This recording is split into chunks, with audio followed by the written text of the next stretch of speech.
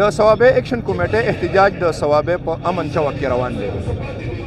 دا احتجاج کوونکي د بجلی د نرخونو، ثوابه کې د امن او امان او د نشئی توکو د مخنیوي غوښتنې کوي. له دې وړاندې هم د ثوابه اکشن کمیټې کارکونانو څو واره احتجاجونه کړي دي. دلته د دې احتجاج د مشرانو او د ګډونوالو سره خبرې کوو.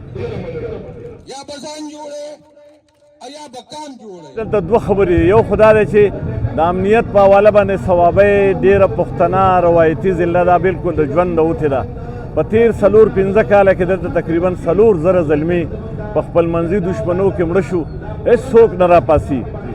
دا موږ اکشن کمیټه څو زلمي د مختلفو سیاسي جماعتونو نه راوتي یو او زموږ دوه مطالبې دي. یو مطالبه دا ده چې خدای پاک ثوابه له او ټولو پښتنو له د اوبو بجلي ورکړې ده او موږ د پټرول او بجلي اخلو په 2.50 روپۍ یونټ، حالانکې جوړېږي دلته په 2 روپۍ یونټ.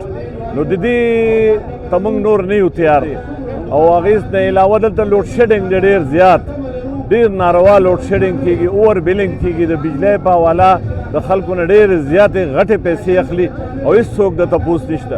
تر دې نه مخکې موږ سره د مقامي انتظامیې یو اګریمنټ کړی، خصوصا د منشیاتو په حواله باندې، د امن و امان په حواله باندې، د لوډ شیډنګ په حواله باندې. په هغې باندې هېڅ قسم د عمل درآمد ونه شو. نو نن ثوابه اکشن کمیټه بیا کال ورکړی دی. نو د خلکو په مشوره باندې به خپل نوی لایحه موږ ورکوو. په هغې کې زموږ طریقه کار دام دی چې موږ د ډي سي دفتر کې درنه شروع کولی شو، د وابډا کې هم درنه شروع کولی شو او د دې نه علاوه هم چې عوام څه فیصله وکړي په هغې باندې به موږ عمل درآمد کوو.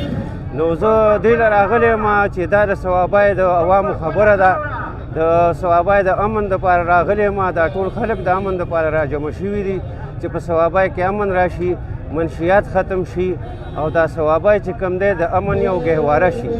د ثوابه د پولیسو مشر سره مو د دې احتجاج کوونکو د امن او امان د غوښتنو او د منشیاتو د مخنیوي په اړه د خبرو کولو کوشش وکړو، خو د ثوابه د پولیسو مشر نن د پولیو مهم له وجې په خپل دفتر کې نه موجود. البته له دې وړاندې د ثوابه پولیسو څو وارې ویلي دي چې په دې ضلع کې د نشئی توکو د مخنیوي او د امن او امان لپاره ټاسک فورسونه جوړ کړي دي او د هغې لپاره جدي ګامونه پورته کوي.